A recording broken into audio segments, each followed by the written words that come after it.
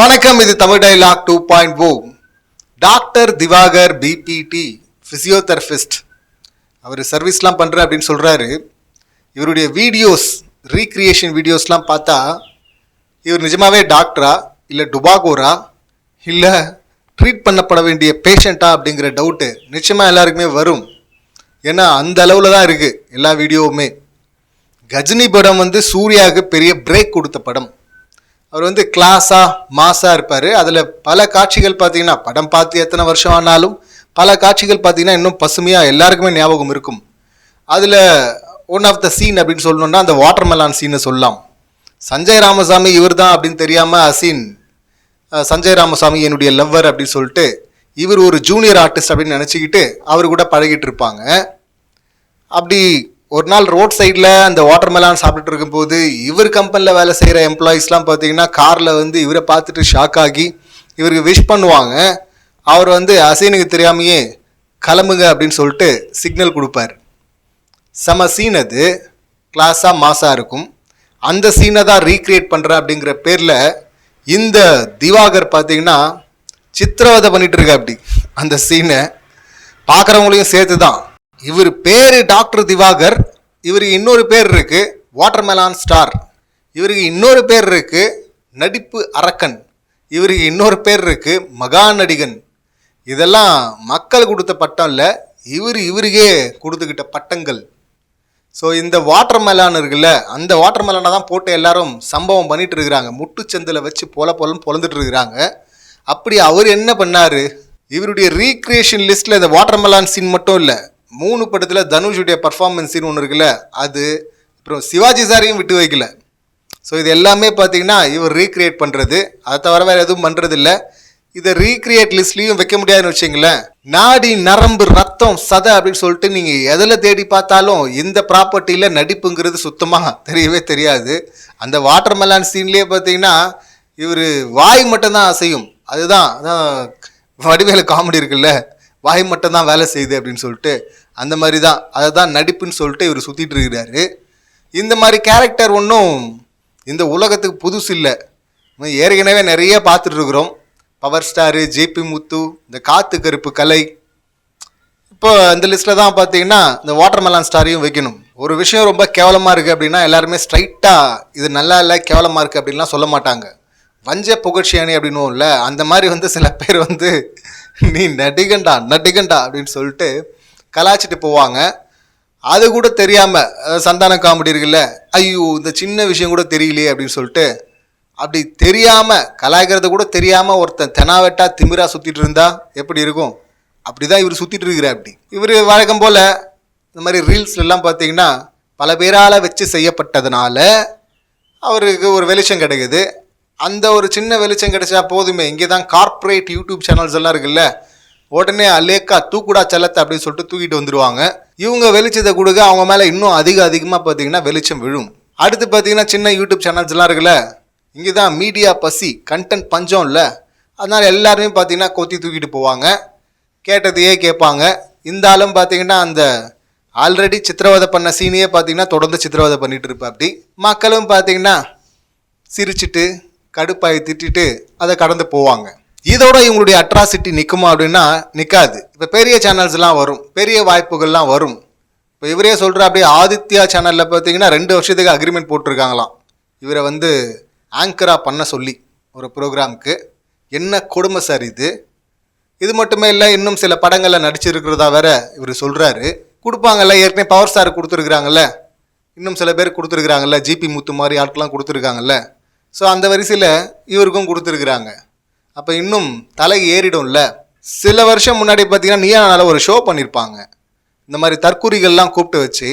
அதில் ஒருத்தர் சொல்லியிருப்பார், நான் ஏரிகரில் உட்காந்து, இதே கஜினி பட பாட்டு தான் அவர் எழுதுனதா, அவர் ஏரிகரில் உட்காந்து எழுதிட்டு இருந்தாராம். அப்போ சேட்டலைட்டை வச்சு சிப்பு வச்சு பார்த்தீங்கன்னா அவரை ட்ராக் பண்ணி அவருடைய அந்த லிரிக்கை திருடிட்டாங்களாம். அதுதான் கஜினி படத்தில் வந்துச்சான். அப்படி ஒரு தற்கொலை உளறிட்டு இருப்பார்ல, அந்த கேட்டகரியை கூட பார்த்தீங்கன்னா கொஞ்சம் வேறு மாதிரி வைக்கலாம், இது முழு தற்கொலை அப்படின்னு சொல்லிட்டு. ஆனால் இந்த திவாகர் மாதிரியான வாட்டர் மெலான் ஸ்டார் இருக்காருல்ல, இவர் மாதிரியான ஆட்கள்லாம் பார்த்தீங்கன்னா ப்ரொஜெக்ட் பண்ணுவாங்க. அப்படி இந்த காத்து கருப்பு கலை கூட பார்த்தீங்கன்னா அப்படிதான் தன்னை கோமாளியாக ப்ரொஜெக்ட் பண்ணிட்டு இருந்தான்ல, அந்த கோமாளியை எல்லாரும் வச்சு செஞ்சாங்க. அது மூலியமாக ஒரு வெளிச்சம் கிடைச்சது. அதுக்கப்புறம் பார்த்தீங்கன்னா இப்போ இவர் ஆங்கராக வந்துக்கிட்டு இவர் மற்றவங்கள வச்சு செய்கிறாராம். ஸோ ஷார்ட் ரூட் பிடிச்சிட்டார்ல, இப்போ அதே ரூட்டை தான் திவாகர் எடுக்கிறார். அப்படி எடுத்தார், கிட்டத்தட்ட அந்த ரூட்டில் சக்ஸஸும் பண்ணிட்டா. அப்படி அதனால தானே இவ்வளோ பெரிய வாய்ப்பெல்லாம் கிடைக்குது. ஏற்கனவே வாய்ப்பு கிடைச்சவங்க, வாய்ப்புக்காக போராடிட்டு இருக்கிறவங்க, இல்லை ஒரு சின்ன பிரேக் கிடச்சி அடுத்த பிரேக்காக வெயிட் பண்ணிட்டு இருக்கவங்க அப்படின்னு சொல்லிட்டு எவ்வளோ ஆர்டிஸ்ட் இருக்கிறாங்க, எவ்வளோ டெக்னீஷியன்ஸ் இருக்கிறாங்க. எல்லாருமே பார்த்தீங்கன்னா அவங்களுடைய ஆதங்கத்தை வெளிப்படுத்தி இருக்கிறாங்க. இந்த மாதிரி ஆட்களுக்கெல்லாம் ஏன்டா இந்த ஊடக வெளிச்சத்தை கொடுக்குறீங்க அப்படின்னு சொல்லிட்டு. அப்படி அவங்க வெளிப்படுத்தினா இவங்க நிறுத்த போகிறாங்களா என்ன? இது ஏற்கனவே நடந்திருக்கு, நடக்குது, நடக்கவும் போகுது. இப்போ ஏன் இவரை வச்சு பொழந்துட்டு இருக்காங்கன்னா, ஒரு இன்டர்வியூவில் பேசும்போது சூரி வந்து பெயிண்டராக வேலை செஞ்சுட்டு இருந்தார், கூலி வேலை செஞ்சுட்டு இருந்தார். அப்படி வந்தவர் அவர். நான் வந்து ஆல்ரெடி ஒரு ப்ரொஃபஷனில் வேலை செய்கிறேன். அவர் வந்து டாக்டராக இருக்கார். ஸோ டாக்டராக இருந்து இங்கே வர்றதுனால என்னால் 500,000-க்கெல்லாம் வேலை செய்ய முடியாது அப்படின்னு சொல்கிறாரு. இதை பார்க்கும்போது கவுண்டமணி டயலாக் ஒன்று இருக்குல்ல, எப்படி 6 மணிக்கு மேலே கோடி ரூபாய் கொடுத்தா கூட வேலை செய்ய மாட்டேனா, டேய் 40 ரூபாடா, 40 ரூபா இருந்தால் போதும்டா, 4 நாள் சாப்பிடாம வேலை செய்ய வேண்டாம் அப்படின்ற மாதிரி இருக்கும்ல. ஸோ அந்த மாதிரி தான் அந்த டைலாக் தான் ஞாபகம் வருது. இவர் சொல்கிறாரு, டிமாண்ட் பண்ணுறாரு, 500,000-க்கெல்லாம் கூப்பிடாதீங்க, என்னால் நடிக்க முடியாது அப்படிங்கிறாரு. இதுவரை பார்த்தீங்கன்னா இன்டர்வியூக்கு அப்படி தான் கூப்பிட்டு இருந்துருக்குறாங்க. அதனால் இனிமேல் வந்து லேக்ஸில் அடுத்து கோடிகள் அப்படின்னு சொல்லிட்டு அந்த பாதையில் வேகமாக போயிட்டு இருக்கிறார், முன்னேறிட்டார். இப்போ வந்து டிமாண்டை வைக்கிறார், 500,000-க்கெல்லாம் நான் வரமாட்டேன், நீ ஒன்லி லட்சங்களில் தான் வருவேன் அப்படின்னு சொல்லிட்டு. நீ என்னவாது கனவு கண்டுக்க, என்னவாது உளறிக்க, உருண்டுக்க, ஆனால் சும்மா இருக்கவங்கள போய் சொரியக்கூடாது. இல்லை இதில் சம்மந்தம் இல்லாமல் சூரிய சொரிஞ்சு விட்டதுனால ஒரு ரிப்போர்ட்டர் பார்த்தீங்கன்னா நல்லா வச்சு செஞ்சு விட்டா. அப்படி சூரியை பற்றி கமெண்ட் பண்ணுறதுக்கு உனக்கு என்ன தகுதி இருக்குது, நடிப்புன்னா என்னன்னு தெரியுமா உனக்கு அப்படின்லாம் கேட்கும்போது வழக்கம் போல் சிவாஜி சார் சீனு, தனுஷ் 3 பட சீனு, இந்த வாட்டர்மெலான் சீனு அப்படின்னு சொல்லிட்டு இவர் ஒரு பர்ஃபார்மன்ஸை போட்டு மழுப்பை பார்த்தா. அப்படி ஆனாலும் பார்த்தீங்கன்னா அந்த ரிப்போர்ட் ரொம்ப தெளிவாக வச்சு வச்சு வச்சு வச்சு செஞ்சுட்டா. அப்படி அப்போ நான் நடிக்கக்கூடாதா அப்படின்லாம் இவர் பொங்கியிருப்பார். நீ நடிக்கக்கூடாதுடா அப்படின்னு தான் சொல்லணும். நடித்தா பரவாயில்ல, கொஞ்சமாவது திறமை இருக்குது, ஆனால் ஒரு சின்ன ஃப்ளா இருக்குது அப்படின்னா சரி ஓகே. எல்லாருமே வந்து ஆரம்பத்திலே பார்த்தீங்கன்னா பெஸ்ட்டாக பர்ஃபார்ம் பண்ண முடியாது, கொஞ்சம் கொஞ்சமாக கற்றுக்கிட்டு இம்ப்ரூவ் பண்ணிக்கிட்டு அவர் வந்துடுவார் ஒரு நாள் அப்படின்னு சொல்லிட்டு அப்படி விடலாம், கடந்து போகலாம் அதை. ஆனால் கொஞ்சமும் திறமை இல்லாமல், திறமைன்னா என்ன அப்படின்னு கேட்குற இந்த கேரக்டர்லாம் வந்து ஒன்றுமே இல்லாத ஒரு விஷயத்த, சீனை சதைக்கிற விஷயத்த பண்ணிவிட்டு அது வந்து உலகமாக நடிப்பு அப்படின்னு சொல்லிட்டு நம்புங்கன்னு கத்திக்கிட்டு இருந்தா, கூவிட்டு இருந்தா, இந்த ஆள் நம்பிட்டு போனால் பரவாயில்ல, மற்றவங்களும் நம்பணுங்கிற மாதிரி பார்த்தீங்கன்னா எல்லா இடத்துலையும் போய் பேசிகிட்டு இருந்தா அப்போ கடுப்பாவாங்கல்ல. சூர்யா சார் பர்த்டே வருது, கருப்பு அப்படிங்கிற அந்த படம் நடிச்சிருக்காருல, அதோடைய டீசர் ரிலீஸ் பண்ணுறாங்க. அதில் வாட்டர்மெலான் சீனை வந்து அவங்க ரீக்ரியேட் பண்ணியிருக்காங்க. சூர்யா சார் நடித்த சீன் அது, ஆர்ஜே பாலாஜி டைரக்ட் பண்ணுறாரு. அந்த வாட்டர்மெலான் சீன் வந்து ஃபேமஸ் ஆனதே இவரால் தானா. ஸோ அதனால் ஃபேமஸ் ஆக்கினேன், நான் ஃபேமஸ் ஆக்கினதுனால என்னை பார்த்து காப்பி அடித்து இப்போ சூர்யா சார் ரீக்ரியேட் பண்ணியிருக்கிறாரு அப்படின்னு சொல்லிட்டு இவர் கிளைம் பண்ணுறாரு. ஆர்ஜே பாலாஜி வந்து ஆமாங்க அது உண்மைங்கன்னு சொன்னாலும் சொல்லுவார் போல இருக்குது. பட் டீசரை பார்க்கும்போது இவர்கிட்ட, சூர்யா சார்கிட்ட மற்றவங்க வந்து பண்ணால் அது காமெடி, இல்லைன்னா அவரே வந்து காமெடியாக பண்ணுற மாதிரியும் தெரில. அவர் சீரியஸாக தான், ரகட்டான லுக்கில் இருக்கார், லுக்கு தான் டிஃப்ரென்ஸு, ஒரு சீரியஸாக பண்ணுற மாதிரி தான் இருக்குது வந்திருக்கிற டீசரை பார்க்கும்போது. நிறைய பேர் கேட்கக்கூடும், யார் அந்த திவாகர், யார் அந்த வாட்டர்மெலான் அப்படின்னு சொல்லிட்டு. அப்படி இருக்கும்போது இந்த சீனே என்னால் தான் ஃபேமஸ் ஆச்சு அப்படின்னு சொன்னால் பார்த்துட்டு சும்மா இருக்க மாட்டாங்கல்ல. ஸோ இதில் இந்த ஆள் கிளைம் பண்ணுறதை விடுங்க, இந்த மாதிரி தற்குறிகள் அப்படி தான் பண்ணும்.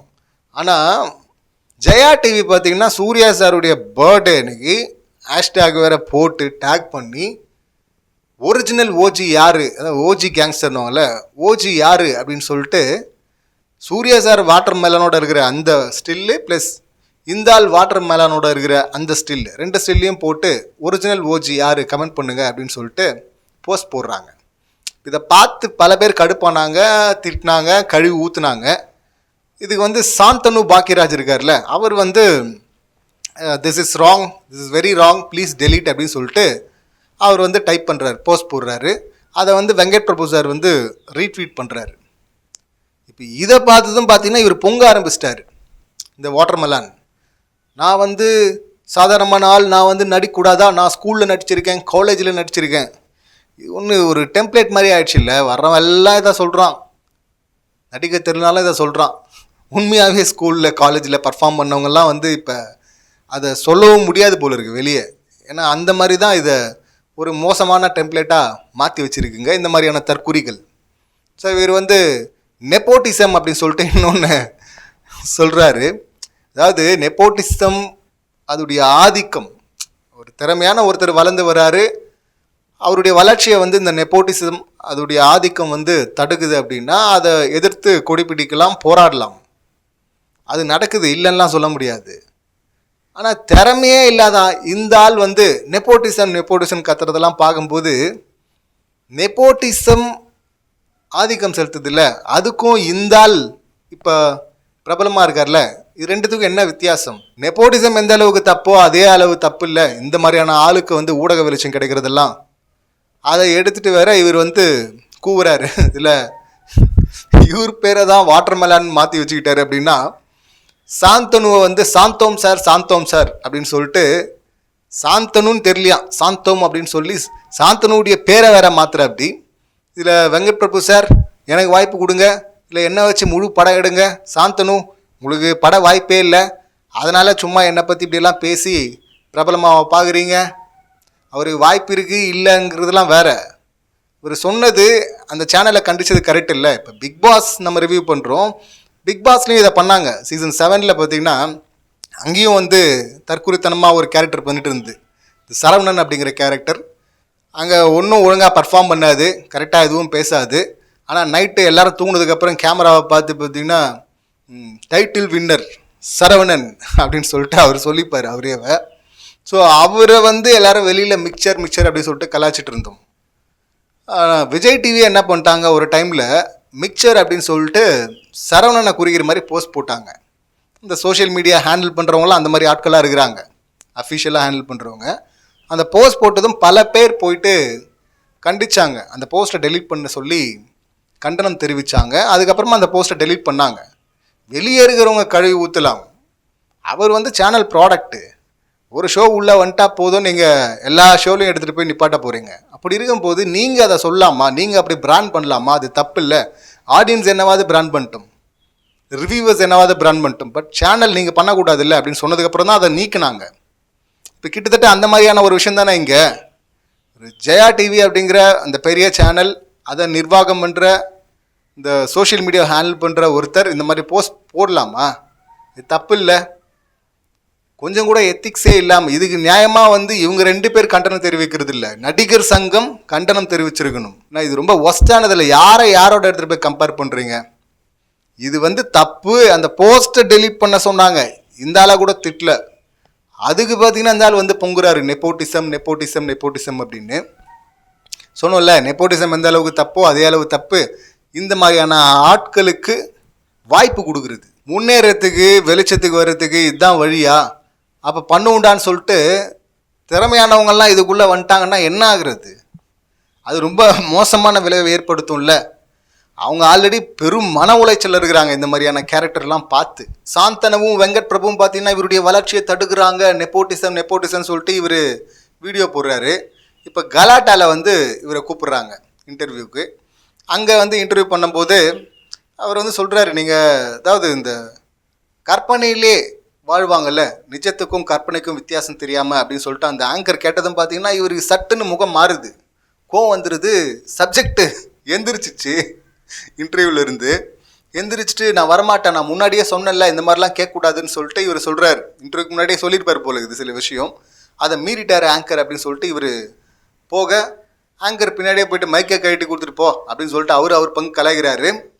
கலாய்ச்சது இல்லாமல் இன்னொன்று சொல்கிறார், புரட்சி போராளி மாதிரி நீங்கள் பாட்டுன்னு ஆக்டர்ஸை வந்து கண்டபடி பேசுவீங்க, நாங்கள் வேடிக்கை பார்க்கணுமா, உங்களை கொஞ்சணுமா அப்படின்லாம் அந்த ஆங்கர் அவர் பார்த்தீங்கன்னா காலரை தூக்கி விட்டுக்கிறாரு பெருமையாக.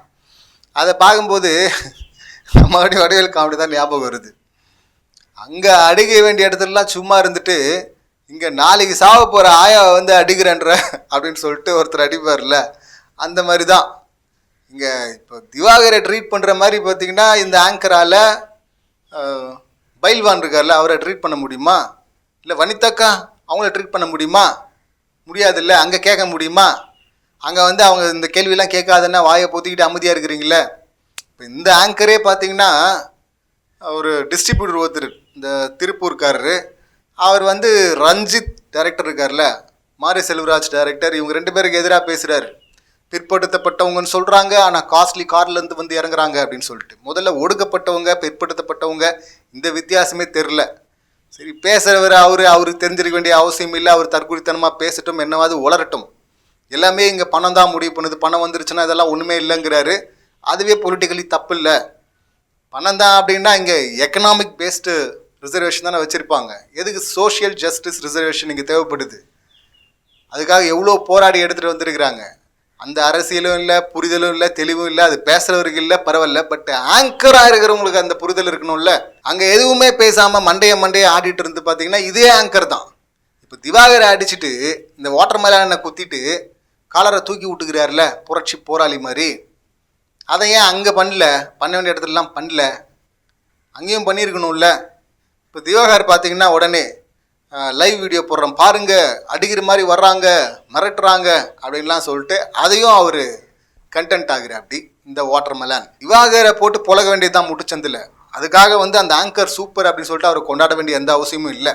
இந்த ஆங்கர் ஒர்க் பண்ணுற சேனல், இந்த மாதிரி கார்ப்பரேட் சேனல் இருக்குல்ல, இவங்க கொடுக்குற இடம் தானேங்க, இவங்க கொடுத்த வெளிச்சம் தானேங்க இந்த தற்கொலைகள்லாம் இப்படி ஆடுறதுக்கான காரணம். மக்களை ஏமாற்றணும்னு சொல்லிட்டு அது ஆங்கர் சைட்லேருந்து வந்தாலும் சரி, இல்லைன்னா இந்த மாதிரியான வாட்டர் மெலான் மாதிரி வந்தாலும் சரி, மக்களை ஏமாற்றணும்னு போனால் ஒரு கட்டத்தில் மக்களை ஏமாற மாட்டாங்க, இவங்களே அந்த ட்ராப்புக்குள்ளே சிக்கிப்பாங்க.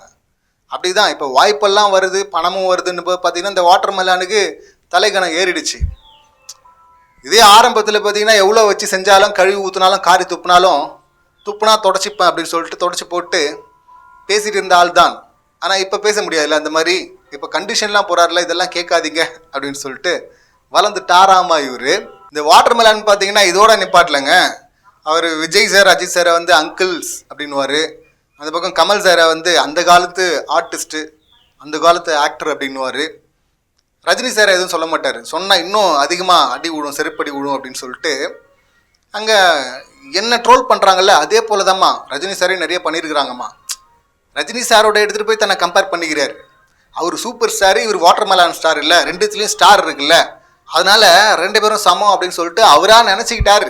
இப்போ இந்த கலாட்டாவில் இந்த சம்பவம் நடந்துச்சு இல்லை, பாதியில் ஓடி வந்தது.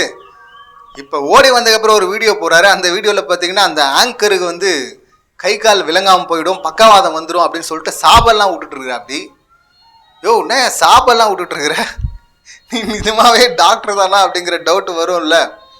இந்த மணிக்கு ஒரு முறை மங்குனி என்று நிரூபித்து கொண்டே இருக்கிறீர் அப்படின்னு சொல்லுவாங்கல்ல, அந்த மாதிரி பார்த்தீங்கன்னா இந்த ஆள் ஒரு முறையும் ஒரு ஆக்ஷன்லையும் பார்த்தீங்கன்னா அந்த டவுட்டை கிரியேட் பண்ணிகிட்டே இருக்கிற. அப்படி நிஜமாவே டாக்டர் தானா அப்படின்னு சொல்லிட்டு.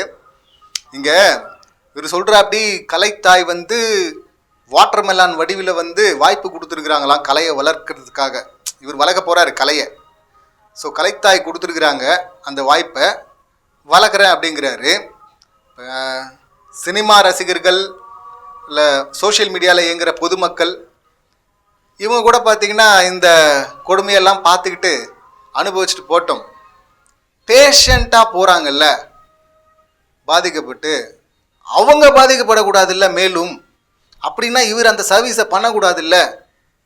இப்போ இவரே சொல்கிறாரு, டாக்டர்ஸ்லாம் எம்பிபிஎஸ் படித்தவங்களாம் பார்த்திங்கன்னா எங்களை ரொம்ப கேவலமாக பார்த்தாங்க, கேவலமாக பார்க்குறாங்க, எங்களுக்குன்னு ஒரு அமைப்பு இல்லை, இப்போ தான் உருவாக்கப்பட்டிருக்கு அப்படிங்கிறாரு. அந்த அமைப்பில் இருக்கவங்கலாம் என்ன பண்ணுறாங்க? இப்போ இவரை பார்க்கும்போது நான் சொன்னேன்ல, முழு தற்கொலை அப்படின்னு சொல்லிட முடியாதுன்னு. ஒன்று நிஜமாகவே மனநலம் பாதிக்கப்பட்டிருக்கணும், இல்லை மனநலம் பாதிக்கப்பட்ட மாதிரி நடிக்கணும். இது ரெண்டுத்தில் எது பண்ணாலுமே பார்த்தீங்கன்னா அது அந்த ப்ரொஃபஷனுக்கு எதிராக செய்கிற தவறு இல்லை, அது எத்திக்ஸ் கிடையாது இல்லை. அப்போ இவரை வந்து அந்த அமைப்பு கண்டித்து வான் பண்ணணும், இல்லைன்னா பேன் பண்ணணும். நீ போயிட்டு அந்த வாட்டர் மெலான் வாய்ப்பு இருக்குல்லப்பா, அந்த வாய்ப்பை யூஸ் பண்ணி கலையை வளர்த்துக்கோ, என்னவாது பண்ணிக்க, கட்டி உருண்டுக்கோ, இங்கே விட்டுருப்பா, பேஷண்ட்ஸ் பாவம்பா அப்படின்னு சொல்லிட்டு அங்கே பேன் பண்ணணும். அப்படி பேன் பண்ணாதான் தெரியும் 500 ரூபாவுடைய வேல்யூ என்ன, 1000 ரூபாவுடைய வேல்யூ என்ன அப்படின்னு. அந்த ஆங்கரை திட்டம் போது பார்த்தீங்கன்னா எங்களை வச்சு சம்பாதிக்கிறாங்க, எங்களை கேவலமாக நடத்துகிறாங்க, ஊடக பிராத்தல், விபச்சாரம் இது அப்படின்னு சொல்லிட்டு திட்டுறாரு. அது விபச்சாரம் அப்படின்னா இவரே சொல்லியிருக்காரு, 500 550 இன்டர்வியூ கொடுத்துருக்குமா நான், பெரிய ஸ்டார்மா நான் அப்படின்னு சொல்லிட்டு. எந்த இடத்துல போய் கொடுத்தீங்க அந்த இன்டர்வியூலாம்? இந்த இடங்கள்ல தானே. நீங்கள் யார்? நீங்கள் பண்ணுறதுக்கு பேர் என்ன? திறமையானவர்கள்லாம் வெளில வெயிட் பண்ணிட்டு இருக்கும்போது திறமையே இல்லாத இந்த தற்குறிகள்லாம் பார்த்தீங்கன்னா உள்ளே வந்து வாய்ப்பை தட்டி பறிக்கிறாங்கல்ல. இவங்கள என்ன சொல்கிறது, எந்த லிஸ்ட்டில் வைக்கிறது? இவங்க பண்ணுறதுக்கு பேர் என்ன?